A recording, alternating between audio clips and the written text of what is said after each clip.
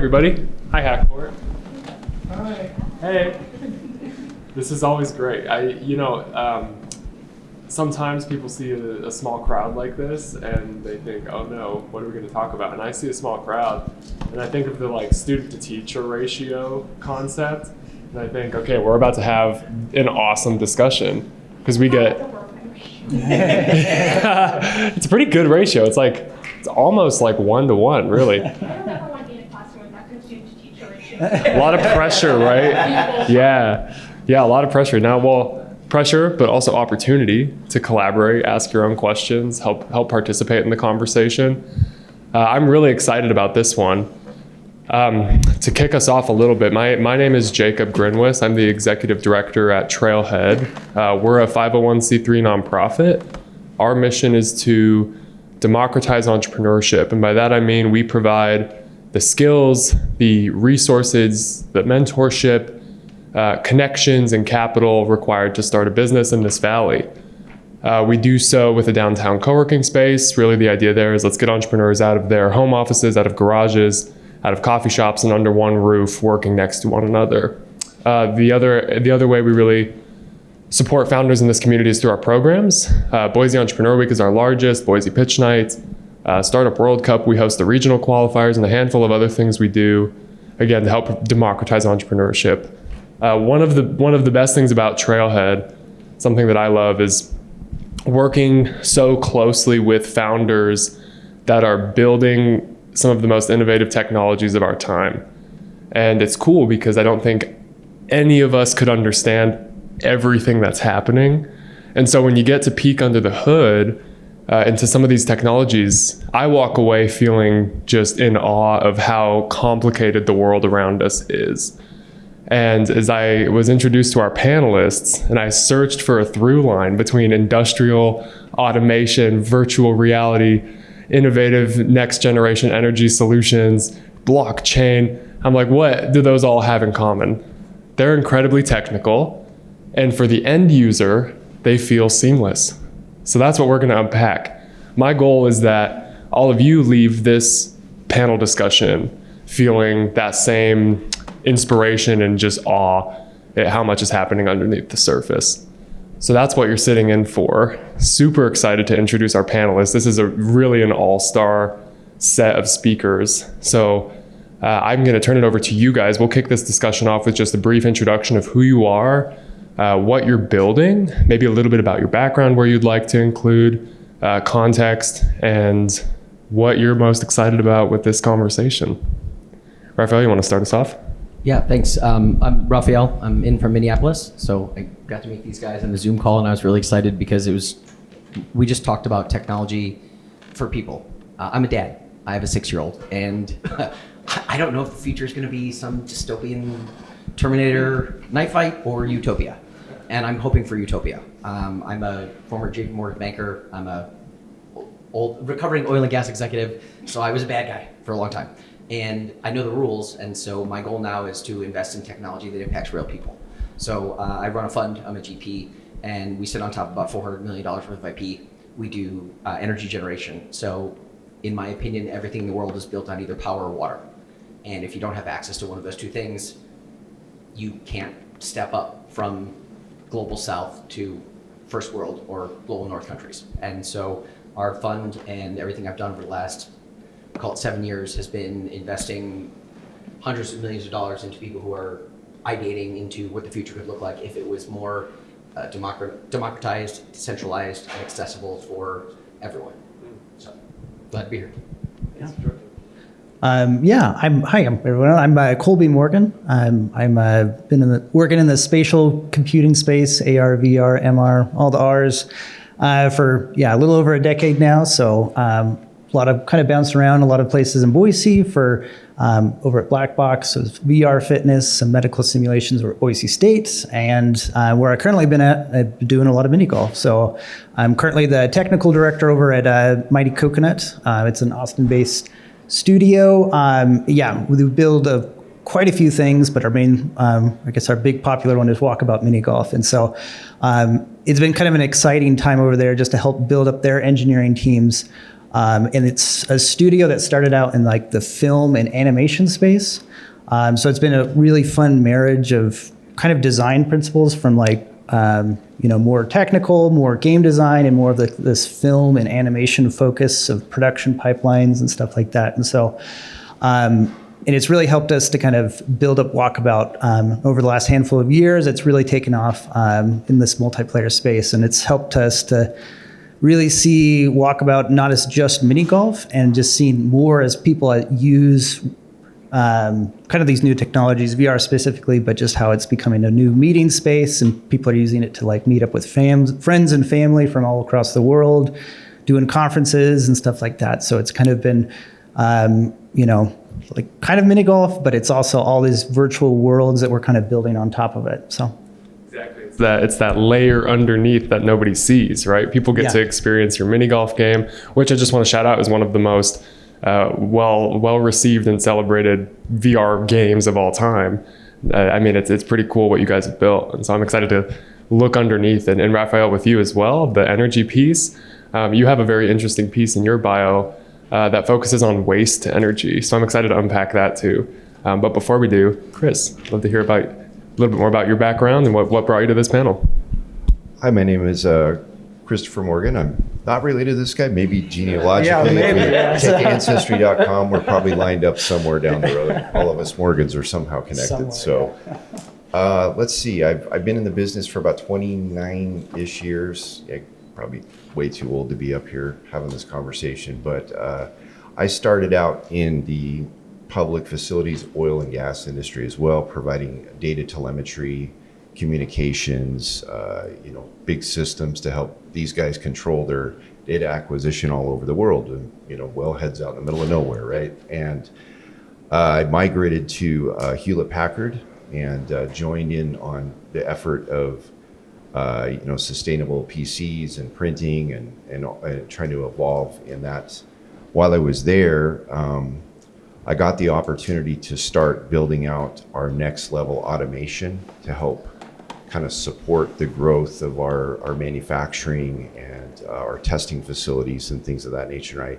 I started really heavily leaning back into my core technologies, which was like more of an industrial automation background of advancing robotics and AI and things of that nature. And it quickly turned into a phone call from a couple of big conglomerates. I won't bring them up today, but needless to say, I ended up working for a company called Bastion Solutions, which is a material handling industry provider and manufacturability provider. And we later got bought out by Toyota. So I'm now a Toyota automated logistics employee. And I've spent my entire career in R&D. So I'm kind of a future thinker. I try to predict what's going to come out the next 5 years and then focus on corporate development strategies on how to build products that are going to affect a better future for all of us. And the quickest and easiest way I could say that is everybody's familiar with Amazon and probably sees the awesomeness that comes from all of their data and all their robotics and all the AI that they have that kind of help them provide a better, more streamlined service for you to be able to acquire products in 24 hours or less, and sometimes same day service. My job is to provide all that technology, or to think about where we're going to go and how to make that better. And a lot of people say, well, you must be, contributing to the death of our society because you're building more of those godless machines and taking away jobs and so forth and so on. And that couldn't be farther from the truth. I'm actually augmenting this opportunity for us so that we can have a more sustainable future across the world globally. Because of the things that I build, people that are less fortunate that can't get to stores or drive or get to public facilities, I'm able to make sure that they can get the things that they need, whether it's their medicine, their daily living products, the things they need to survive. So I'm trying to democratize this activity for a more, a better future for everyone, so that we can have more time back to be fathers and be mothers and be friends and family members, and have more time to do have the lifestyle that we would choose to live and not have to worry about being tied to so much to go just have a good lifestyle. So In a dreamy way of saying, I'm trying to make a very utilitarian technological future for all of us. I love that, and I think that is the original premise of technology. It's to make our lives easier, to increase accessibility to better tools. I mean, you could start at the very beginning with fire, right? Like it was a tool for survival, and that same principle I think exists today. Technology enables us to solve problems more effectively and better direct our capacity elsewhere, hopefully towards being human. So before we unpack a lot of what you guys just introduced, I always like to start with the problem. I think that's the best way to frame any sort of enterprise or venture or innovation. So if you could just summarize for the audience, for your fellow panelists, in 1 or 2 sentences, what problem do you or your company, does you or your company exist to solve today? Sure. Sustainable shortfalls. So COVID really brought it to our attention that, when people can't be in a place to help manufacture, develop, and provide products and services for us, we decided that our country was far too dependent on the global economy to be able to achieve our goals and simply to just live, right? We all went to the grocery store and waited in lines for long periods of time, or went to medical facilities, so forth and so on. Obviously this problem has been around long before this, but for the given future that we live in today, I would like to prevent that from happening again. And I'd also like to provide more job opportunities for people wishing to advance in manufacturing facilities or warehouse facilities, to where they can gain greater skills for a greater future, make more money, have more opportunity, and help strengthen our country as a global provider of things that help us all live better lives, basically.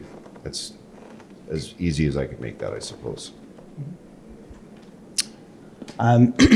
Yeah, I think for us, the big things that we're trying to solve is connection, and just trying to really use technology to connect people and fight against isolation for people. And I think the other piece to that is for us really trying to, through like good design principles, both in the tech and the world design, how do we make really complex systems just feel natural, intuitive?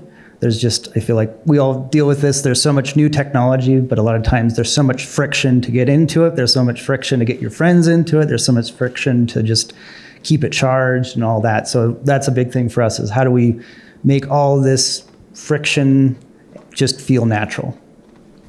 Yeah, I think I remember my grandma told me one time, she's since passed, but she said, "Mijo, I have James Bond shit on my phone." And I was like, "What?" And she opened her maps, and it was a satellite, right? The satellite image on her maps, which to her, only James Bond had that when she was a kid, right? And there's the quote about almost all technology is basically magic at the end of the day. And so much stuff happens in the background that we don't even realize it's being done. But the problem becomes, what if it becomes a crutch, right? What if it stops the innovation? What if it stops people thinking? What if it stops people connecting, right? You have, you scroll through your feed and you see your friend got married, or they had a baby, or they bought a new house. They didn't text you that. You're an observer, right? So it's like, how do we continue to allow people to engage with one another? And it's putting the technology as close to the person as you possibly can. Waste to energy is a perfect example, because I can generate energy anywhere there's a pile of something that I can put into a pyrolysis machine, right? I can build synthetic biodiesel, or synthetic aviation fuel, or green hydrogen, or micromodular nuclear reactors directly where they need power. And we've got these data centers that are popping up everywhere that are making everybody else's electricity bills higher. And so they use a lot of water, they use a lot of power. Humans need those to live, computers need those to run.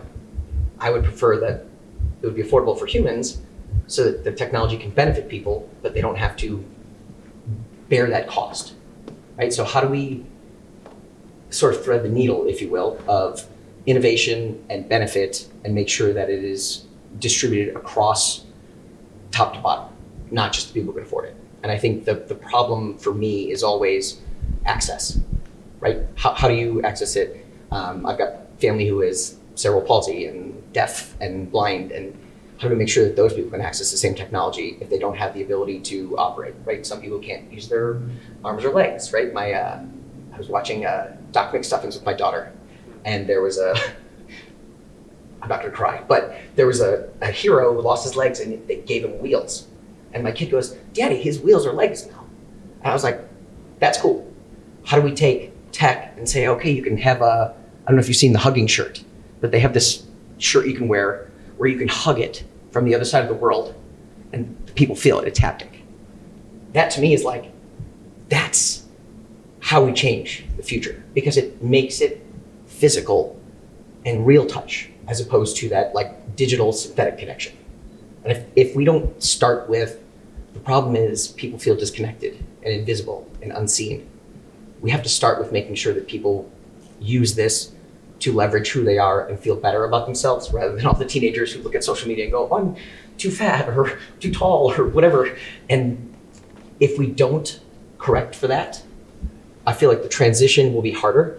So for futurists, technologists, people like us, if we focus on humans first and engage the people who are using our tech and get feedback, we can build better products. We can move products faster. We can get them into people's hands and their life gets better, because the only commodity you can't buy more of is time. So if we can provide people back access to their time and their family and their community, that is when technology is used well. Yeah, well said. There were some commonalities, I think, in the problems that all of you were solving: accessibility, time, enablements for better production or more efficient processes. So the accessibility piece, I think, is one that's really interesting, because as we talk about starting with a problem, identifying which problem you want to solve, odds are that's a never-ending loop of resurfacing problems and iterations and pivots, so that you can help your end user experience the full value of what you've created. Let's get into that just a little bit. We're starting to lift the hood up now, so to speak, in this conversation. I feel like we have a decent understanding of what each of you are working with and building. Tell us a little bit about how you go about, talk to us a little bit about that cycle of iteration. Maybe let's start where you first began with Mighty Coconut, with Bastion Solutions, when you started to see that problem, build something innovative and highly technical, but iterate it to a point where it felt very accessible to your user. Just tell us a little bit about that process. What did you learn? What stood out? More people use your stuff than all of ours is the background. People use yours. Fine, go for it. I think that whole design piece, iteration, is really big for us. We have like we have a really wide range of people that play Walkabout. From we've got obviously really young kids that are in it, and then we've got quite a few senior leagues and retirement communities that do it for like get-togethers. And so we've got a really wide range of users that we have to, every time we add a new feature or add an update, we really have to be really super conscious about how that's going to impact everyone. And so one of the things I think that really helped Walkabout take off early is when we were developing it and doing a lot of the play test, people just don't like controllers, people that don't normally or game every day, like trying to show them like, this is how you hold the controller, this is what these buttons do, and you need to move your thumb over here. And so that was one of the big things for us, is like, how do we make this as simple as possible? And we learned that, teaching someone to pull the trigger is like the most intuitive thing. And so we kind of like, all right, Walkabout is just a one button game. And that was like kind of what we decided, like we needed to make sure that everything you could do, you just did it with that one button. So, and that was a big thing for us, of like iterating that, seeing that people can, learn to swing a club just because you've got that spatial awareness, and it's just really obvious, like, oh, I've got a club, I swing it, I hit the ball. But everything else we could just drive through that one button. And that was kind of the beginning of us kind of really starting to think of not just like the input system, but everything in that project, from the multiplayer, the physics. How do we make it feel invisible to the user? Because we talk a lot about when we're designing things, like how do we make the design feel invisible? Because I think another piece we run into a lot, because you hear a lot of it in game design about kind of reducing complexity or simplifying things. And I think for us, what we found, it wasn't it wasn't necessarily about removing features or removing things to really simplify it. Simplifying for us turned into being like more about removing the friction. So it was, like you said, a lot of technical things in the background that's running, the physics, the networking, input lag, all that good stuff. But how do we make that all feel frictionless for the user? And that's ultimately what makes a product feel simple to a user. It's not actually about how simple it is or how many buttons or how, what it's doing. It's just how much friction the user feels. 10,000 lines of code to make it feel simple. Yeah, exactly. So I think it's interesting when I'm almost 45, so I'm like this sort of shoulder generation where I remember having school with no computer labs, and then I remember having school with computer labs, right? So I told my nephew that I'm older than the internet, and he like lost his mind. He couldn't figure that out, and it was like, what? Because if you say roll down the window, right? Anybody here who's physically rolled down a window before, you remember that, but like when you say it now, people are like, what do you mean, like push the button?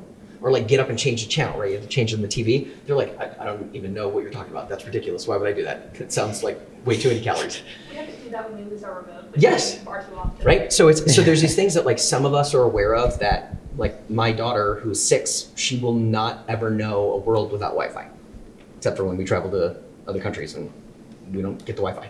So, but when you can find out where people are coming from when they don't have the same lived experience as you, right? They didn't have access to school all the way through 12 grades or 14 years, whatever it was. They only had 8 years or 5 years or 6 years in some of these other countries that we work in. You have to realize that the technology that you're building that's intuitive in one place is almost maybe not as intuitive in another place because they're not as aware